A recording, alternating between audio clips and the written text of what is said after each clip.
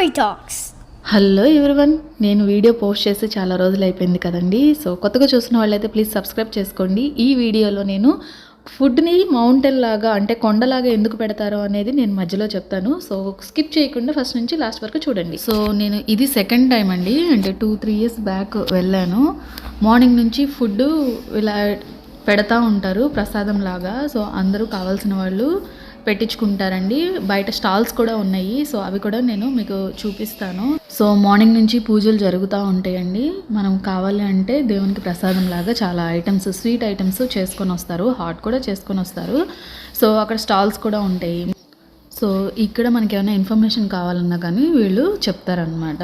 So మనము లోపలికి వెళ్ళిపోదాము. ఇప్పుడు మీకు లోపల ఎలా ఉంటుంది అనేది కూడా నేను చూపిస్తానండి. సో నేను ఫ్రెండ్స్తో వచ్చానండి. చాలామంది జనాలు ఉన్నారు. నేను చూపించే వైపు అయితే మీకు అంటే ఎక్కువ జనాలు ఉన్న వైపు అయితే నేను కెమెరా పెట్టలేదన్నమాట. ఇప్పుడు లోపల కూడా చాలా బాగుంటుంది. సో అంటే ఇక్కడ మనకి ఎంట్రన్స్లో ఇద్దరు ఉన్నారండి. రేపు December 10th కూడా ఒక ఈవెంట్ ఉంది. సో ఒక మహారాజ్ అని ఆయనకి బర్త్డే సెలబ్రేషన్స్ అంట, 100 yearsది. సో అది సెలబ్రేట్ చేస్తున్నాము అని వాళ్ళు ఒక టీషర్ట్ మీద రాసుకున్నారు చూడండి, స్వామి మహారాజ్ అని. సో ఆయనది ఆ రోజు బర్త్డే సెలబ్రేషన్స్ జరుపుతున్నారనమాట. కూడా అక్కడ డెకరేషన్ పార్ట్లో ఇంక్లూడ్ చేశారండి. సో లోపల చూశారు కదా.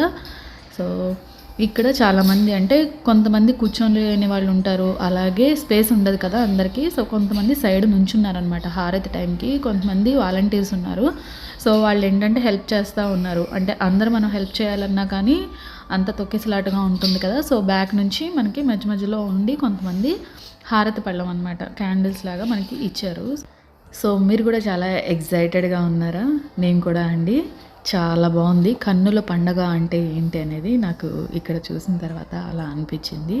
సో చాలా పీస్ఫుల్గా హారతి కూడా ఇచ్చామండి. ఒకసారి మీరు ఆ సౌండ్ కూడా వినండి.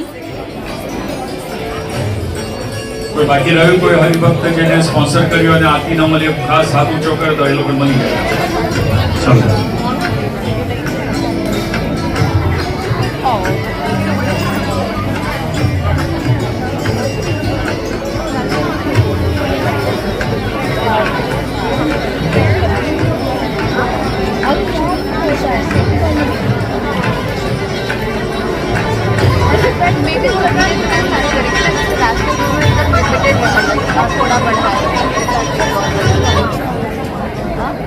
श्री स्वामीनारायण भगवान की जय.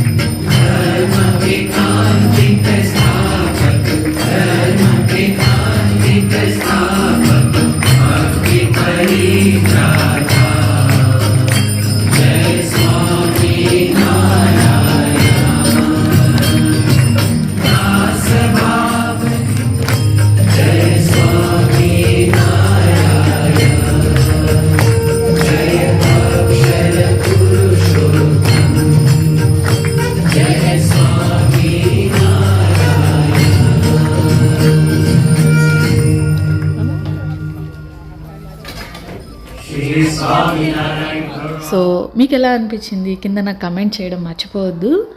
సో అసలు ఈ ఫెస్టివల్ ఎందుకు జరుపుకుంటారు అంటే మనకి పురాణాల్లో కానీ కొన్ని స్టోరీస్ చూస్తూ ఉంటాం కదా. సో ఆ స్టోరీస్లో నేను చూసి అలాగే కొన్ని విని తెలుసుకొని మీకు చెప్తున్నాను.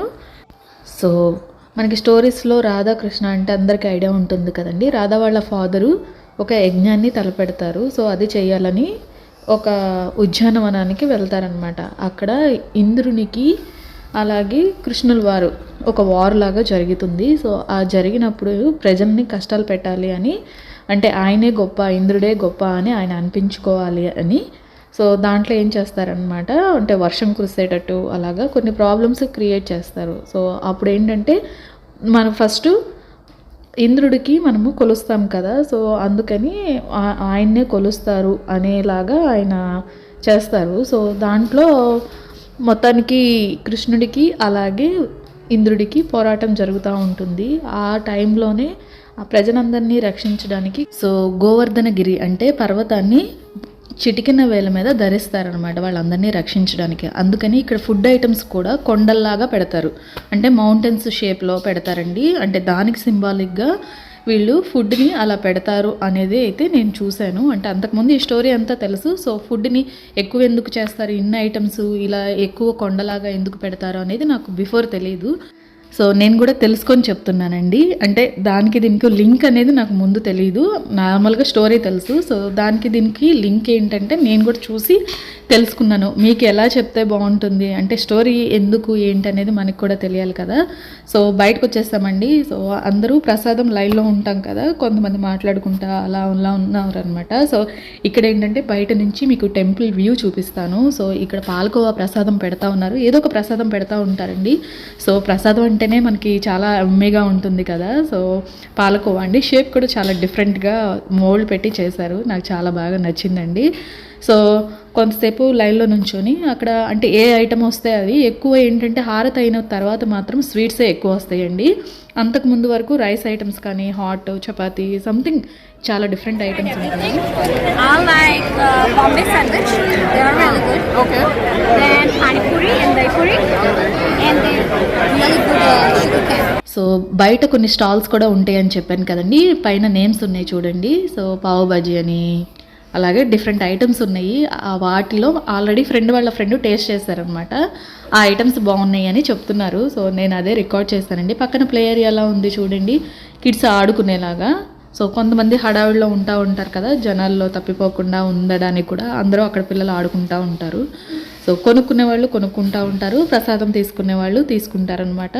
సో ఎక్కువ మనకి నార్త్ ఇండియన్స్ ఫుడ్ ఉంటుంది కదా, అది అక్కడ స్టాల్స్ పెట్టారు. సో ఇక్కడ ఈవిడ చపాతీ చేస్తారండి, చాలా బాగా నచ్చింది నాకైతే.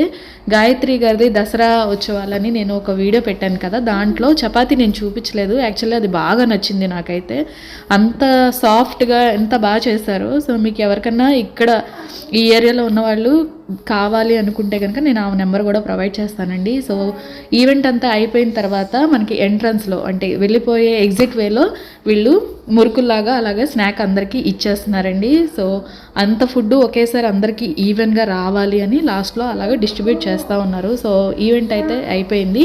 ఫ్రెండ్స్ నన్ను ఇంటి దగ్గర డ్రాప్ చేశారండి. ఆ రోజు చాలా హ్యాపీగా అనిపించింది, చాలా డివైన్ఫుల్గా ఫ్రెండ్స్తో వెళ్ళి వచ్చాను కదా. సో మీకు ఈ వీడియో నచ్చితే తప్పకుండా లైక్ చేయండి, కొత్తగా చూస్తున్న వాళ్ళైతే ప్లీజ్ సబ్స్క్రైబ్ చేసుకోండి. Thank you. మళ్ళీ ఇంకొక మంచి వీడియోతో కలుద్దామా, బాయ్.